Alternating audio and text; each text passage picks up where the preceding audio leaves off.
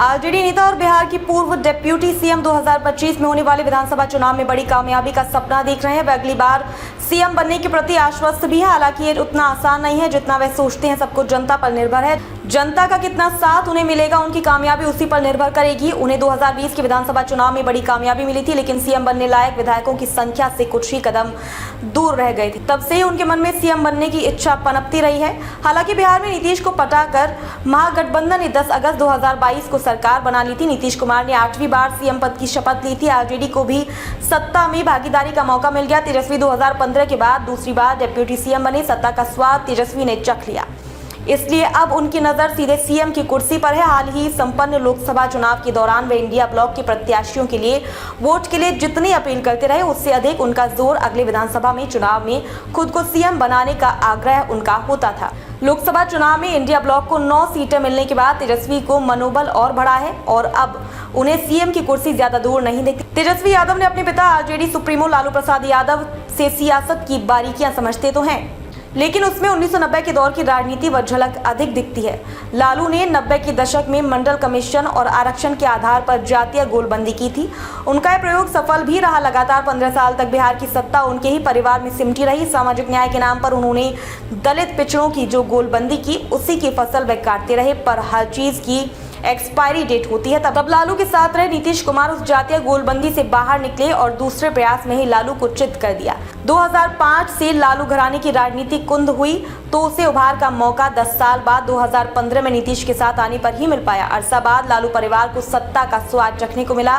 बेटे तेजस्वी यादव को आगे कर लालू ने बिहार की राजनीति में उन्हें स्थापित करने की पूरी कोशिश 2015 से करते रहे। तेजस्वी यादव की ताकत यही है कि वह नीतीश कुमार की बदौलत 2 बार डिप्टी सीएम बने।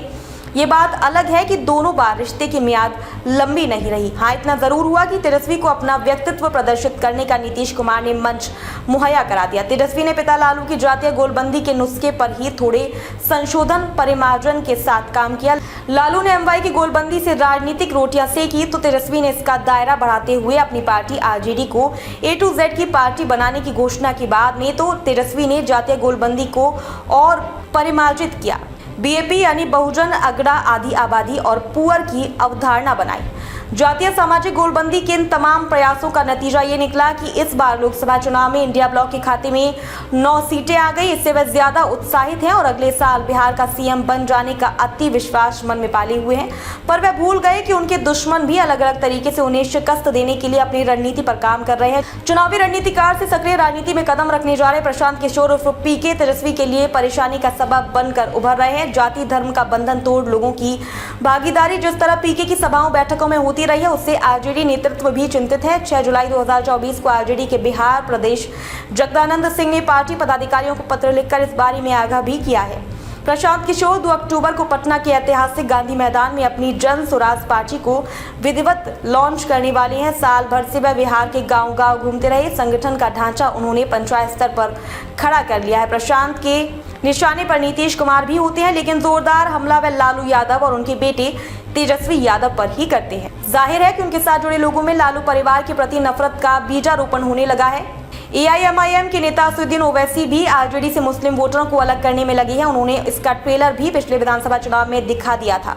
उनकी पार्टी के 5 उम्मीदवार विधानसभा चुनाव गए थे। सीमांचल में ओवैसी का प्रभाव अधिक है। नीतीश कुमार तो भाजपा के साथ मिलकर तेजस्वी की खाट खड़ी करने में पहले से ही लगे हुए हैं। भाजपा से नीतीश को अलग करने की लालू तेजस्वी ने जितनी चालें चली वह अब बेअसर हो चुकी हैं।